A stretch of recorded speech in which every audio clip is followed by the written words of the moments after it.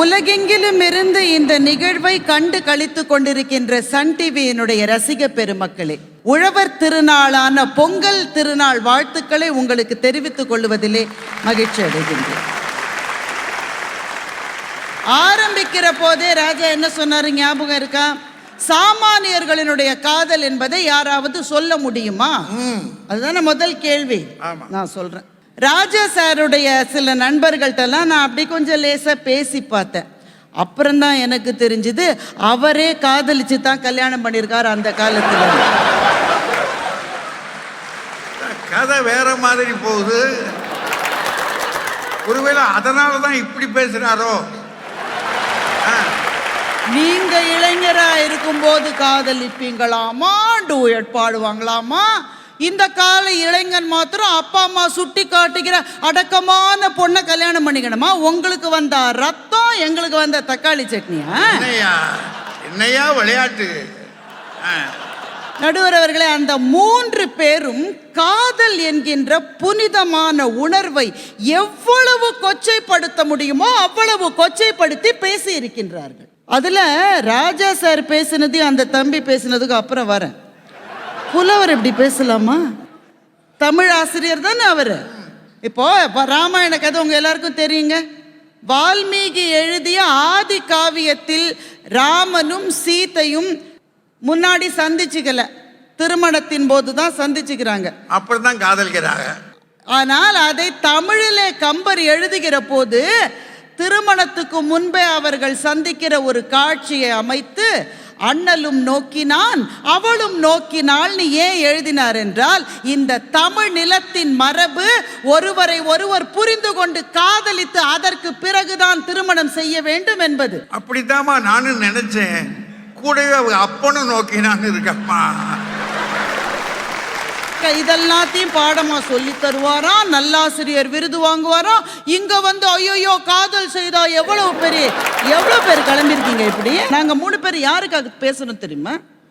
இளைஞர்களுக்காக பேசவில்லை, பெண்களையும் பிள்ளைகளையும் பெற்றிருக்கிற அப்பா அம்மாக்களுக்காக நாங்கள் பேசி கொண்டிருக்கிறோம்.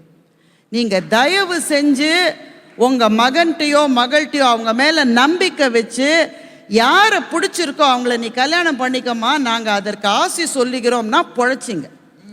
நீங்களே பார்க்கணுன்னு ஆரம்பித்தா முதல்ல அந்த பொண்ணு கண்டிஷன் போடும்.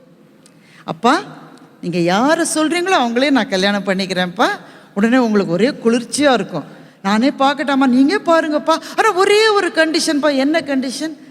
அரவிந்த் சாமி மாதிரி அழகாக இருக்கணும், விஜய் சேதுபதி மாதிரி வீரமாக இருக்கணும், சூரி மாதிரி சுறுசுறுப்பாக இருக்கணும், கார்த்தி மாதிரி கலகலப்பா இருக்கணும், ஆனந்த் அம்பானி மாதிரி பணக்காரராக இருக்கணும். இவ்வளவும் கொண்ட மாப்பிள்ளைய நீங்க எங்கிருந்து தேடி கண்டுபிடிச்சு வருவீங்கன்னு சொல்லுங்க. மொத்தத்துல ஒரு இழிச்ச வாயனா இருக்கணும். 2 இதயங்கள் ஒன்றை ஒன்று அறிந்து கொண்டு தெரிந்து கொண்டு வாழுவது தானே சார் காதல். அந்த காதல் வாழ்க்கையை பற்றி ராஜா சார் சொல்றாரு, லிவ் இன் ரிலேஷன்ஷிப் இருக்கு. இங்க தலைப்பு அதுவா? லிவ் இன் ரிலேஷன்ஷிப்ன்றதுல கல்யாணமே கிடையாது. எதுக்கு சார் சிலபஸ்லேயே இல்லாத கேள்வியெல்லாம் இங்கே கொண்டு வந்து நீங்கள் பேசிக்கிட்டு இருக்கீங்க? அப்புறமா சிச்சுவேஷன்ஷிப், இதை பற்றிலாம் இன்றைய இளைஞனுக்கு கூட தெரியாது. ராஜா சாருக்கு எல்லாம் தெரிஞ்சிருக்கு இதை பற்றி. 2 பேர் காதலிச்சு திருமணம் பண்ணிக்கிட்டாங்களாமா. சந்தோஷமாக தான் இருந்தாங்க. இவர் பேசின பிறகு சந்தோஷமாக இருக்க மாட்டாங்க, அது வேறு விஷயம். 2 பேர் சந்தோஷமாக இருந்தாங்களாமா. வேற ஒரு நண்பனுடைய கல்யாணத்துக்கு போனாங்களாமா. அங்கே போன உடனே சீரெல்லாம் வரிசையாக வச்சிருந்ததை பார்த்த உடனே இவருடைய மனசுக்குள் தோணுமா தோணாதா, தோணுமா தோணாதா. உங்களை பார்த்து நீங்களும் உடனே அனிச்சையாக தோணும். எவ்வளவு பேர் அவரே கூட்டிட்டு வந்தார் மதுரையிலேருந்து, எனக்கு தெரியாது சாமி சார். சீரு செனத்தி இதெல்லாம் வந்து போகிற விஷயங்கள். ஆனால் வாழ்க்கையில் பணமே வேண்டாம் என்று நினைத்து காதல் கொடுக்கின்ற அன்பின் துளிகளை மாத்திரமே அருந்துகிற நெஞ்சத்துக்கு அதிலே இருக்கிற இனிமையை பற்றி உங்க 3 பேருக்கு தெரியலையே சார். எனக்கு வருத்தமா இருக்கு. எனக்கு தம்பி என்ன சொல்லிச்சு, காஃபிக்கு சுகரும் கட்டிக்க ஃபிகரும் அம்மா கிட்ட விட்டுடணும். இதெல்லாம் ஒரு கவிதை. இதை எழுதுறதுக்கு ஒரு ஆளு, இது ஒரு அணி, அதுக்கு ஒரு தலைவர், ஒரு மேடை. இங்க வந்து நீங்க சொல்லணும்.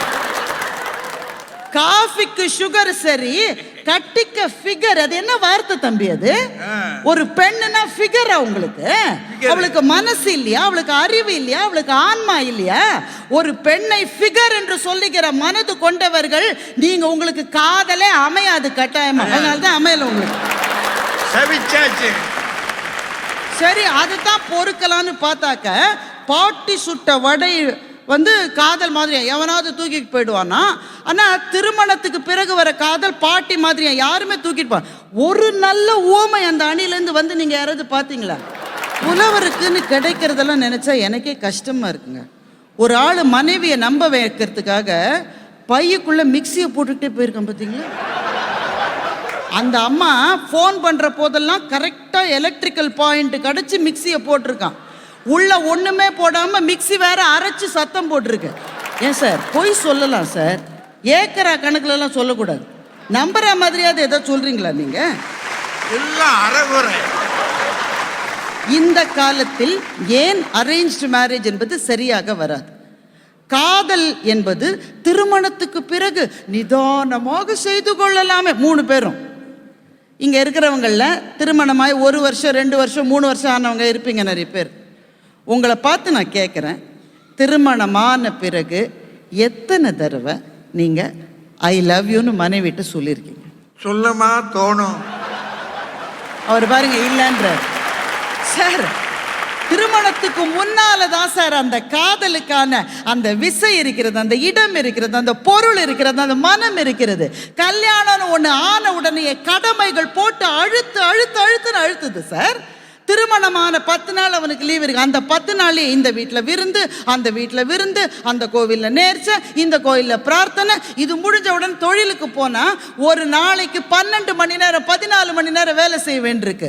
இஎம்ஐ கட்ட வேண்டியிருக்கு. அதுலேயே முங்கின பிறகு பிள்ளைகள் வந்து விட்டால் எங்கே சார் நேரம் இருக்குது? சின்ன பிள்ளைங்க இருக்கிறவங்களாம் கேளுங்க, ராத்திரி 2 மணிக்கு அந்த ஆள் தலையில் துண்டை போட்டு உக்காந்துக்கிட்டு உருளைக்கிழங்கு செல்லக்குட்டி எங்கே போயிருச்சுன்னு பாடிட்டு இருக்காரு சார். நீங்கள் உங்கள் மனைவியை திருமணத்துக்கு பிறகுதானே காதலிக்கிறீர்கள், மூஞ்சில சுடுதண்ணி கொட்டிடுவேன்றான். நேரம் கிடையாது சார்.